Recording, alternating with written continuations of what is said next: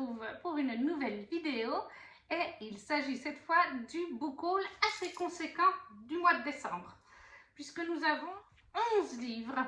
Alors oui, j'étais pourtant en service minimum, en achat minimum, étant donné qu'il y avait toujours et encore les 4 mois d'impôt, mais il y en a 2 ou 3 qui sont des campagnes Ulule qui datent de bien avant, puisque quand la campagne Ulule arrive à 100%, c'est automatiquement retiré, enfin l'argent est prélevé dès que ça atteint 100%, même si la campagne Ulule n'est pas terminée. Par contre, eh bien, si la campagne Ulule n'atteint pas les 100%, comme vous n'avez pas été prélevé, ben voilà, il ne se passe rien. Ce qui fait qu'il y en a 2, oui, il y en a 2 de ces livres que j'ai pris bien en amont lors de campagne. Et on commence du coup tout de suite avec le premier que je vous ai présenté aussi dans les vidéos ou les papotages, qui est Cet enfant Noël, mon Shiba, de Laetitia Arnaud chez Twinkle Éditions. Ce sont des petits livres qui vont autant pour les adultes que pour les enfants, où on suit Orion, un Shiba Inu, qui nous présente les saisons. Là, c'est vraiment un spécial Noël. Et je crois vraiment que c'est un spécial et qu'elle va faire celui de l'hiver, par contre, cette année. Mais là, c'était un spécial hiver. On a eu le printemps, l'automne et l'été, en 2023 pour l'été. Là, je vous montre quelques petites pages. À chaque fois, on a de très jolies illustrations et un petit texte. Parfois, on nous explique des petites choses. Par exemple, là, nous avons différents types de sapins, leurs couleurs et l'odeur qu'ils peuvent sentir, etc. pour qu'on puisse faire la différence entre les sapins. Mais on a aussi le cas avec les fleurs. Il faut juste que je trouve une page avec des petites fleurs en question. Voilà, là, c'est des pives de pin. Différentes sortes. On vous explique très vite aussi des petites astuces, des petites explications. C'est vraiment autant pour les adultes un petit moment doudou entre 2 gros pavés, et pour les enfants un petit moment sympathique avec ses parents ou même tout seul pour découvrir 2-3 petites choses tout en étant ludique. Donc Cet enfant Noël, mon Shiba de Laetitia Arnaud chez Twinkle Éditions. Et on continue avec Twinkle Éditions et Laetitia Arnaud, puisque j'ai participé aussi à la campagne Ulule de 25 Faubourgs des Étoiles. Oui, c'est ça, 25 Faubourgs des Étoiles. Magnifique livre, là aussi toujours illustré par Laetitia elle-même. C'était aussi le cas pour le livre sur mon Shiba. Il y a une petite carte encore dedans de la campagne Ulule. Il est dédicacé par l'autrice. Le Shiba aussi d'ailleurs est dédicacé par l'autrice. Et les en-têtes de chapitres se présentent ainsi. Alors, nous sommes en France, nous sommes à Paris, pas loin de Montmartre. Et on a Avril qui a hérité d'une grande tante de son commerce à Paris. Une petite boutique où elle vend des petits objets décoratifs, des plaids, des petits coussins, des choses comme ça. Mais une petite boutique, voilà, c'est pas une grosse marque, c'est vraiment un petit truc un peu familial, enfin si on peut dire ça comme ça, artisanal. Et au-dessus de la boutique, il y a un duplex ou un triplex, je ne sais plus. Un triplex, voilà. Alors, il y a l'appartement qui revient à Avril et il y a aussi un autre petit appartement, plus petit, qui est actuellement loué par Violette Pelletier. Oui, c'est ça, une Québécoise. Ce livre est très drôle grâce à Violette. Franchement, on va suivre les 2 jeunes femmes qui vont se rencontrer. Elles vont vite devenir amies. On va suivre Avril qui va, en plus de ce qu'il y a dans la boutique, commencer à créer aussi des bougies sur la thématique de Noël, etc. Et elles vont toutes les 2 rencontrer des jeunes hommes qui se connaissent, qui sont un petit peu mystérieux, on pourrait dire, sur certains aspects de leur vie. Et bien sûr qu'il va y avoir une romance pour chacune d'entre elles. Voilà, je ne vais pas vous en dire plus. C'est une petite romance de Noël doudou qui se passe à Paris par une autrice française. Quoi te demander de plus? Moi, en tout cas, j'ai adoré, mais je vous en reparlerai lors d'une autre lecture. Donc, 25 Faubourgs des Étoiles de Laetitia Arnaud chez Twinkle Éditions, une nouvelle fois. Ensuite, on passe à De Saxus. Il y a pas mal de Saxus avec le Palais des Automae, le tome 1, qui est de Nina Varela. Alors, lui, c'est pas un relié avec une jaquette. Il est assez joli. Il fait un peu futuriste. Je ne sais plus exactement, je sais qu'on est sur du LGBT, mais je redoute un petit peu, je crois que c'est du FF, mais je redoute un petit peu cette lecture.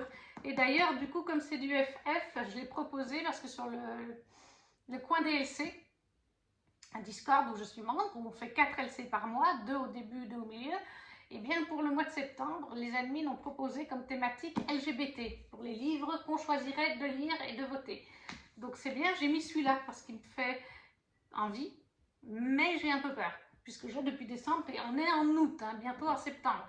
Ça fait 8 mois qu'il traîne dans ma pile à lire et les 2 Saxus qui traînent aussi longtemps, c'est quand même rare. Mais il me fait un petit peu peur par sa description. Donc si j'arrive à le faire en LC, et pour l'instant il y a pas mal de votes. Pour vous lire, on nous dit « Conçus par les humains pour leur bon plaisir, les Otomae ont renversé et asservi leur maître lors de la guerre des espèces qui a ravagé le royaume de Rabu. Ils se sont appropriés les domaines de leurs anciens propriétaires et les contrôlent désormais d'une poigne de fer. Aïla travaille au palais de ses tortionnaires. Elle y a rapidement gravi les échelons, mais ne rêve que d'une chose, venger sa famille en tuant la fille du souverain, Lady Creer. À présent, au service de celle-ci, la jeune humaine découvre contre toute attente qu'elle est douce et généreuse. De son côté, Lady Creer a été conçue pour être parfaite. Mais ses certitudes sont ébranlées quand elle se retrouve fiancée à l'ambigu Kinok et découvre que son père n'est pas aussi bienveillant qu'elle le pensait. Alors qu'une attirance mutuelle naît entre Aïla et Creer, le destin des humains et des Otomae va être précipité dans un abîme de violence et de trahison. Voilà, donc il me fait un petit peu envie, mais j'ai aussi un petit peu peur. Le Palais des Otomae, le tome 1 de Nina Varela, oui, chez De Saxus. Toujours De Saxus, cette fois du TG Clown, Sous la porte qui chuchote. Celui-là, il a été lu, déjà là, il est magnifique. Et alors, dessous, la page de garde est très jolie aussi. Alors, dessous, oh, regardez-moi ce bleu. Qu'est-ce que je l'adore. Aïe, aïe, aïe. Franchement, j'en suis trop fan. Celui-là, il est déjà lu, donc toujours chez De Saxus, je ne sais pas si je vous l'ai dit. On suit en fait Wallace Price qui va mourir. Voilà, il est mort et une faucheuse vient le chercher, une jeune femme qui est faucheuse, pour l'amener dans un salon de thé qui est un entre-deux. Et ce salon de thé est géré par Hugo. Il y a aussi la faucheuse qui est alliée avec Hugo, mais c'est surtout le salon de thé de Hugo. Et Hugo vit aussi avec d'autres esprits, dont je ne veux pas vous dire lesquels, qui ne sont pas prêts à passer. Mais vous venez là, dans cette étape, ce petit salon de thé qui est tenu par un humain qui voit donc les esprits, qui doit les aider à passer de l'autre côté, avec donc aussi une faucheuse qui l'aide. Elle va vraiment ramasser l'âme en question lors du décès. Après, ils vont dans ce salon de thé. Et en même temps, on côtoie des humains qui viennent boire leur thé, mais eux, ils ne se rendent pas compte qu'il y a des fantômes. Et on va donc suivre Wallace qui, bien sûr, quand il décède, c'est un jeune homme, il a la trentaine, je ne sais plus exactement combien, mais 30 et quelques, hein, ou 40 et quelques, c'est pas un vieux, c'est pas une personne d'un certain âge, ni une personne trop jeune non plus. Mais il n'était pas prêt à mourir. En plus, je crois qu'il était avocat. Il me semble qu'il était avocat dans le divorce peut-être même. En tout cas, il était avocat, ça c'est sûr. Donc, bien sûr, vous imaginez bien qu'avocat, pas envie de mourir. Au début du roman, clairement, voilà, ce n'est pas le personnage le plus charmant avec Hugo et compagnie. C'est du TG Clown. Il y a bien sûr tout un aspect sur la famille de cœur, la famille de sang. TG est très fort pour ça. Il y a bien sûr une romance MM. Ce ne serait pas du TG Clown autrement. C'est un spécialiste de ça.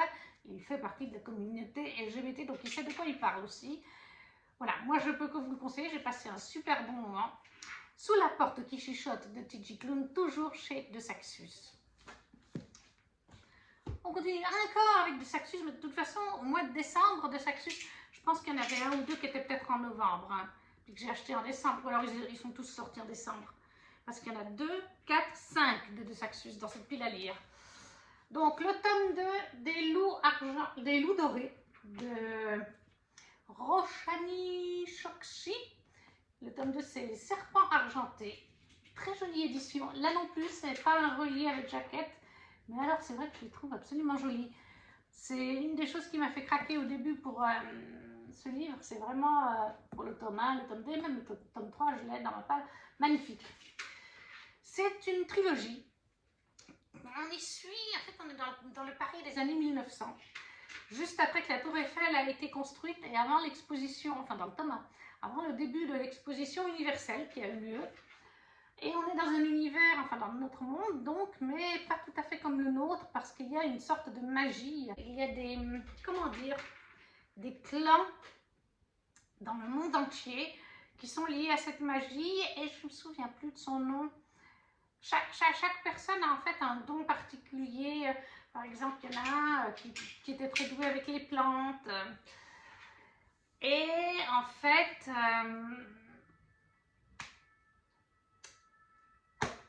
fait, on y parle aussi de Babel, la tour de Babel. C'est lié à ça, cette magie. Et en fait, il y a des gens pas très honnêtes qui voudraient récupérer le savoir de la tour de Babel. Ou la tour de Babel, pas la tour de Babel en elle-même, ou des fragments de la tour de Babel, je ne sais plus. Mais c'est lié à la tour de Babel, mythe ou réalité religieuse, comme on sait, hein, qui est présent dans la religion, tout du moins. Et cette magie, mais elle est vraiment particulière. C'est très dur à vous résumer parce que le tome 1, on l'a fait en LC, tout comme ce tome 2, sur le Discord des LC. Et en fait, on était plusieurs sur le tome 1, bien sûr, et beaucoup d'entre nous, on était là. C'est sympa ce qu'on lit, mais c'est compliqué à comprendre l'univers. Cette magie est très particulière. Comment chaque personnage développe cette magie, ces clans qu'il y a dans le monde entier.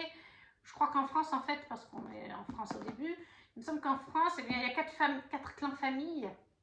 Il y en a une qui n'existe plus depuis quelques temps, une autre c'est pareil depuis quelques années. Enfin bref, chaque continent a ses propres clans, a ses codes par clan ou par pays vis-à-vis de cette magie. Bien sûr que l'être humain standard n'en a pas connaissance. C'est vraiment très sympathique et il y a vraiment un aspect dans cette saga. Ça, c'est très sympa. Si vous aimez par exemple Benjamin Lacombe, j'allais dire, Benjamin Gates, les 2 films de Benjamin Gates avec Nicolas Cage, il y a un petit peu de ça là-dedans parce qu'on a des énigmes et on a plusieurs personnages. C'est vraiment un roman choral, comme on dit. On a Séverin. Est-ce qu'on nous parle des autres dans le résumé? Non. Zofia, Henrik, Laila et tout ce petit monde, vous entendez bien les noms, ils ont chacun en plus des origines différentes, mais ils ont en quelque part, grâce à Séverin, créé des liens tels qu'une famille, si on peut dire, mais pas une famille de sang, hein, donc bien sûr. Et on va suivre ce petit groupe qui ont chacun des facultés. Par exemple, Enrique est très doué dans tout ce qui est énigme, et c'est justement, ça fait un peu penser à Benjamin Gates, parce qu'il y a vraiment des fois des énigmes avec des vivre au milieu de la ville, voilà, klaxon au milieu de la nuit, il est 22 h mais ça klaxonne. Oui, donc voilà, on retrouve ce côté Benjamin Gates avec des énigmes. Il y avait à un moment donné dans le tome, il y avait des espèces de chiffres et tout, ça donnait un machin. Alors moi qui ne suis pas douée en chiffres et puis qui ne suis pas très douée en énigmes, moi j'ai rien compris. Enrique nous l'a expliqué. Alors après c'était un petit peu plus clair, mais voilà, tout ce côté-là c'est sympa. Je ne veux pas trop vous en dire parce que c'est un tome 2. Le premier tome se passait à Paris, le tome 2 se passe en Russie, et je sais que le tome 3, d'après la couverture, se passe en Italie.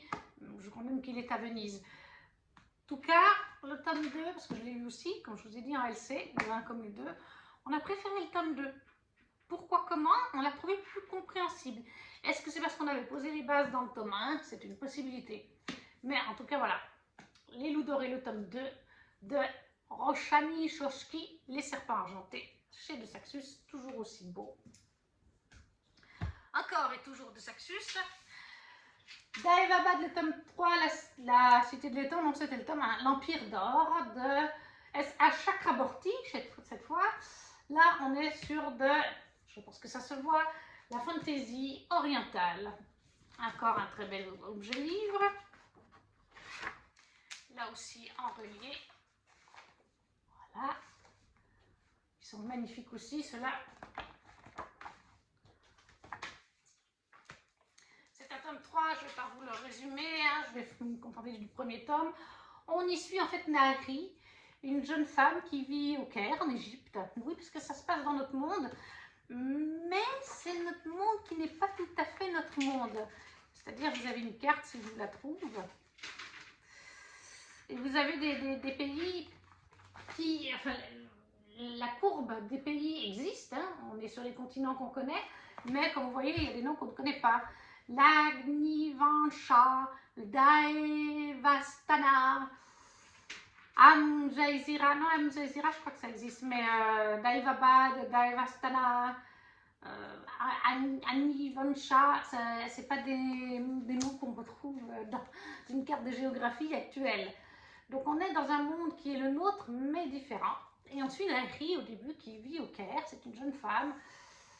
Et elle travaille, je crois qu'elle travaille pour un apothicaire ou quelque chose comme ça. Mais à côté de ça, elle se fait quelques sous en faisant, comment dire, comment on appelle ça déjà, des exorcismes, voilà, en quelque sorte. Quand des enfants ou même des adultes sont possédés, elle fait comme si elle possédait des dons d'exorcisme parce qu'en fait, elle parle une langue qu'elle-même ne connaît pas et qu'elle ne sait pas ce que ça veut dire, mais elle la parle depuis toujours. Voilà, c'est dans sa tête, c'est là, mais elle ne sait pas quelle langue c'est, d'où ça vient, mais elle profite de ce savoir pour faire des rituels, donc pour exorciser des gens avec cette langue étrange. Et un jour, en fait, en utilisant cette langue, elle va ramener une créature magique. Je ne sais plus si c'est un Efrit, je ne sais plus exactement. Elle va ramener en tout cas elle va ramener un personnage qui est Dara. Dara qui servait une famille avec des pouvoirs magiques, chose que Nari ne croit pas au début, elle ne savait pas qu'il y avait de la magie. Dara servait il y a des siècles en arrière cette famille qui avait des pouvoirs magiques de guérisseurs, entre autres choses, mais surtout de guérisseurs, et qui était douée donc dans les potions en plus d'avoir des dons de guérisseurs. Et Dara a bien sûr toute une histoire. On y suit, il y a des djinns, il y a des effrits, il y a des tapis volants, il y a, je crois qu'il y a des ghouls, j'en suis pas sûre, mais en tout cas il y a des djinns, il y a des effrits, il y a des humains, il y a des Daevstar, enfin il y a plein de peuples différents, de peuples magiques ou d'ailleurs des simples humains. Vous avez tout un lexique à la fin, voilà, il y a les Ayangl, les Daeva, les Shahrains, les Agnivanshi, les Tukaristanais,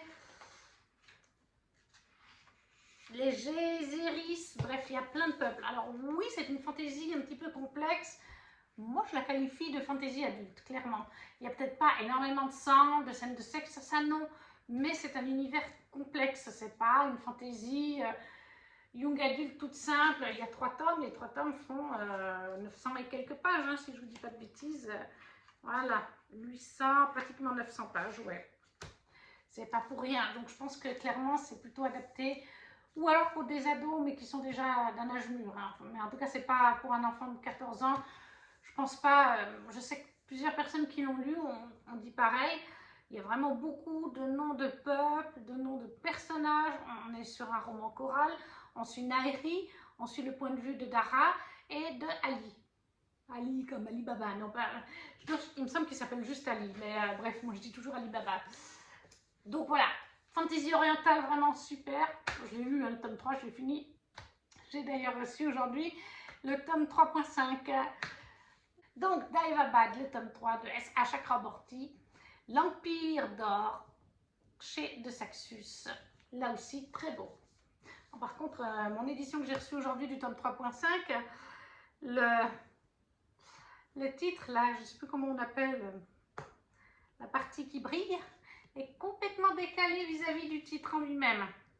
Ça promet, j'étais contente. J'ai dit, encore une fois, la FNAC, ils regardent vachement ce qu'ils font.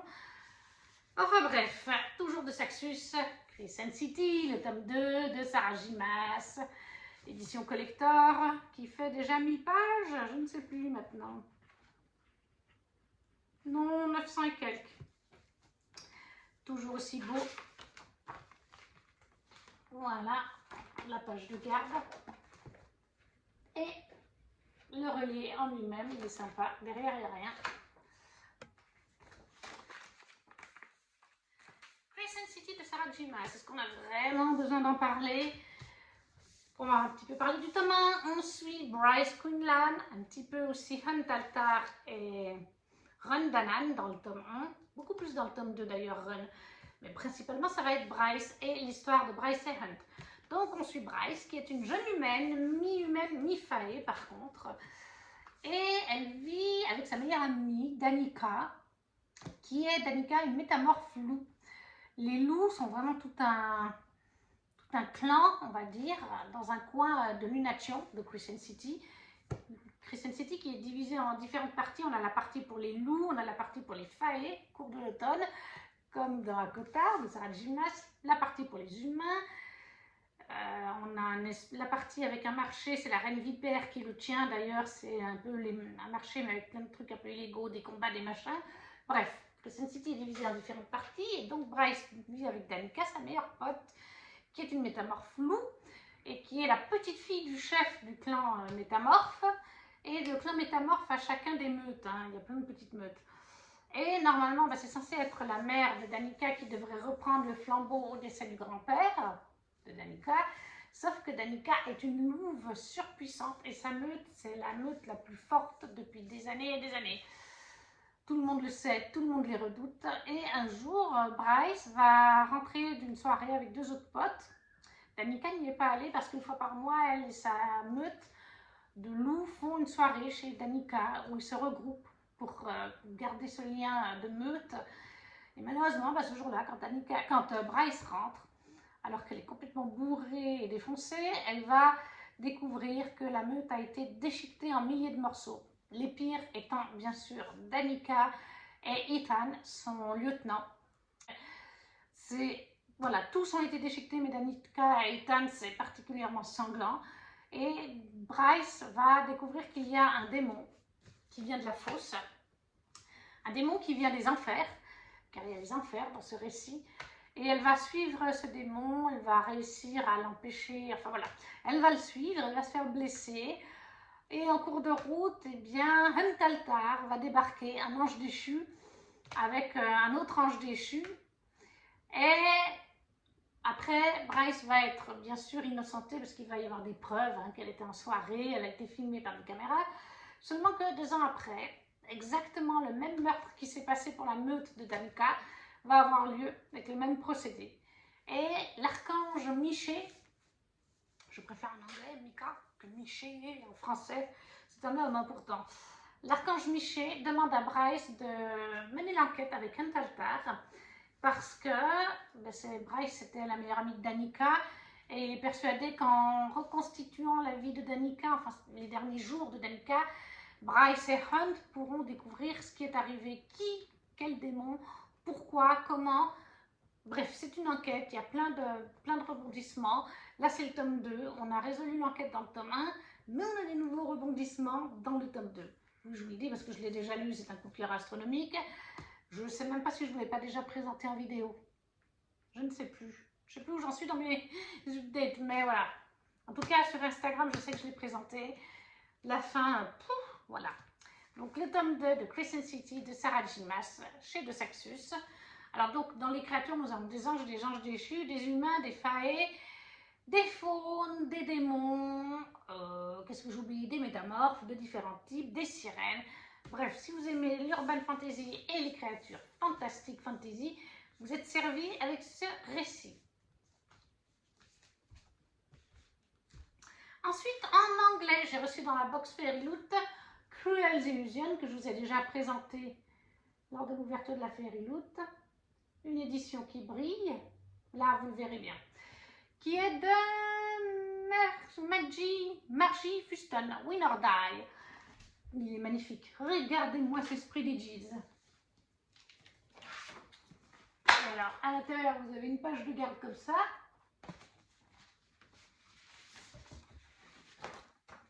Sur l'autre page de garde, vous avez un autre fan art. Et voilà le bébé. Une fois la couverture retirée. Là aussi, celui-là, je l'ai lu. Je l'ai lu avec Amélie, mon amie canadienne.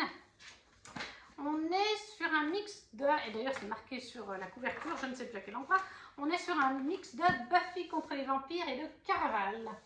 Et de Stéphanie Gerber et Buffy contre les vampires, voilà. C'est clairement ça. Dans ce récit, les vampires se sont dévoilés au monde il y a quelques années. Et notre héroïne Ava a perdu ses deux parents. Ils sont morts, elle ne vit plus qu'avec son petit frère et donc ils sont ballottés de famille d'accueil en famille d'accueil. Là, ils ont trouvé une famille qui a l'air un peu mieux.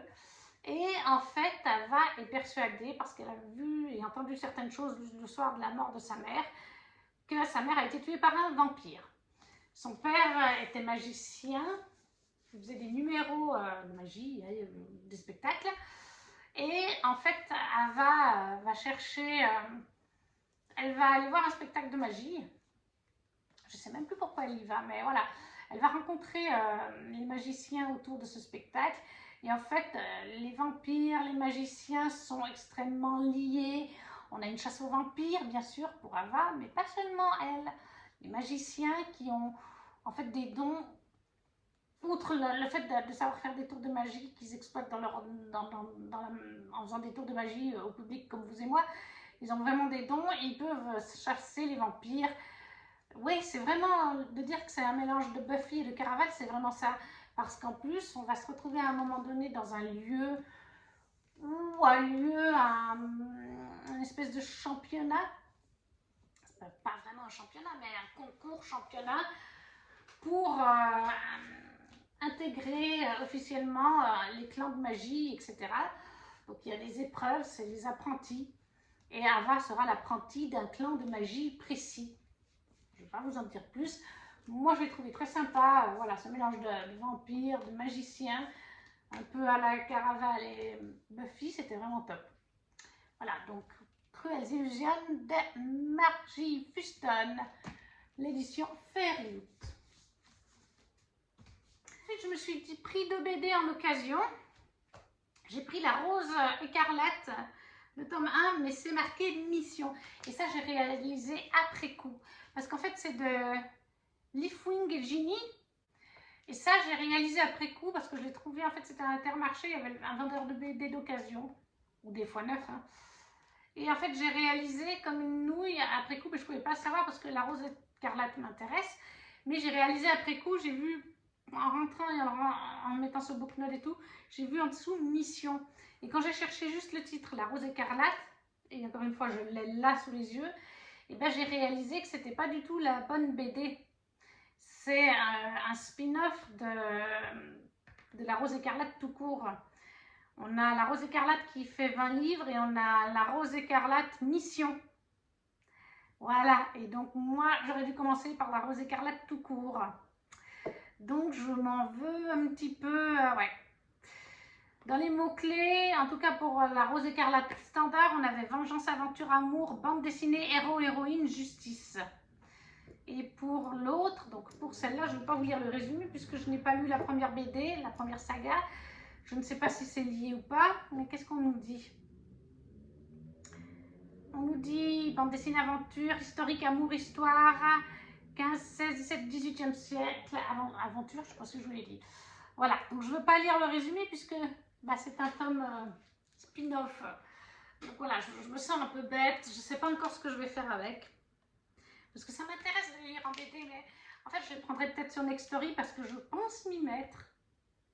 Peut-être en décembre ou en janvier, novembre ou décembre, quand on aura vendu l'appartement.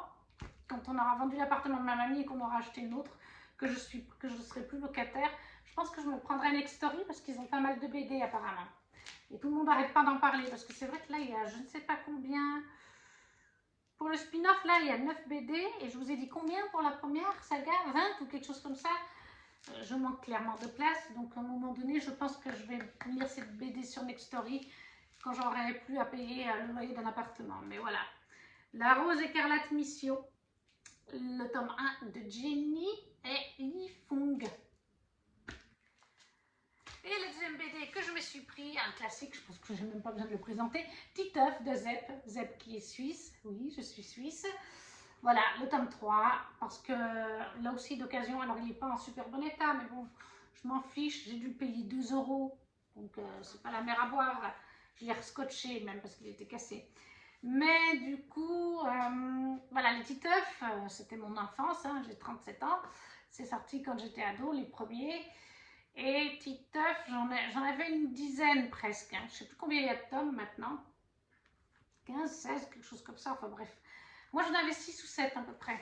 J'avais genre le 1, 2, j'avais le 6, 7, j'avais le 10. Enfin, voilà, c'était dépareillé. Donc j'essaie de les reconstituer un petit peu. Puis je pense que quand je les aurai tous, j'essaierai de les relire parce que forcément je les avais tous lus, ceux que je possédais. Petit œuf de ZEP en occasion, là aussi. Voilà.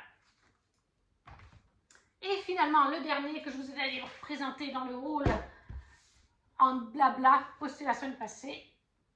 The Story of Marvel Studios, qui pèse une tonne. Voilà. Comme je vous ai dit la semaine passée dans le vlog, Huguin et Munin pensaient le traduire. Ils en ont parlé fin 2021, 2 ou 3 fois pendant 2022, avant d'annoncer en fin d'année que malheureusement ça ne se fera pas. Ils n'ont pas trouvé, je crois que de mémoire c'est ça, ils n'ont pas trouvé d'accord avec Marvel, la maison mère aux USA, pour pouvoir publier en français. Donc ben voilà, c'est des choses qui arrivent. Donc moi j'étais déçue. J'ai perdu une carte dans un des livres. J'étais déçue, mais non, ben, on n'a pas le choix, quoi. Et le premier livre, on a la première armure de Tony, quand il est dans le désert. Et donc là, forcément, ben, ils sont en anglais. Je vous l'ai déjà montré, mais bon, au cas où si vous n'avez pas regardé le haut, blabla, là on a Steve Rogers, Captain America. À la fin, nous avons... Je ne suis pas sûre, j'hésite entre les Gardiens de la Galaxie, ce qui me fait penser le bâton dans le premier film des Gardiens, le méchant, ou alors si c'en est un de Thanos, voilà, un des sbires de Thanos. Voilà. Il est absolument magnifique. Je vous le remontre un peu moins vite que l'autre jour. Je vais un peu plus vite que l'autre jour puisque ben, on a tout... Enfin, je vous en ai déjà parlé l'autre jour. Donc, après, bon, je sais que tout le monde ne regarde pas les longues vidéos. Voilà, on va montrer par exemple là, on a beaucoup quand même d'illustrations, de photos, hein. Mais il y a quand même du texte, voilà. Je vous en montrer encore une autre.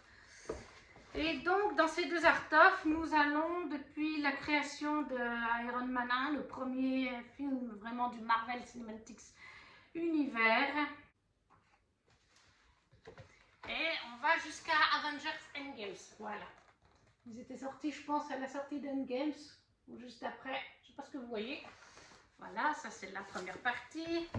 Le deuxième, c'est le gant de l'infini de Thanos.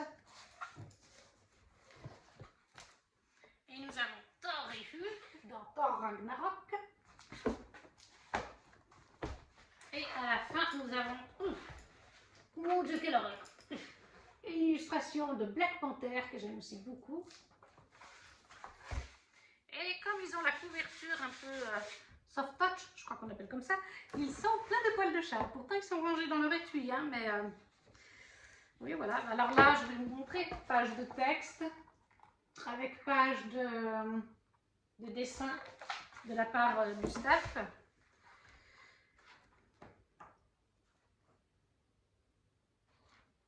Voilà, là nous avons des images de Black Panther avec Chadwick Boswick, le très regretté Chadwick Boswick. Voilà, je ne vais pas m'attarder plus parce que j'en ai déjà parlé l'autre semaine. Si vous avez vu, c'est répétition. Et puis de toute façon, ils sont très lourds.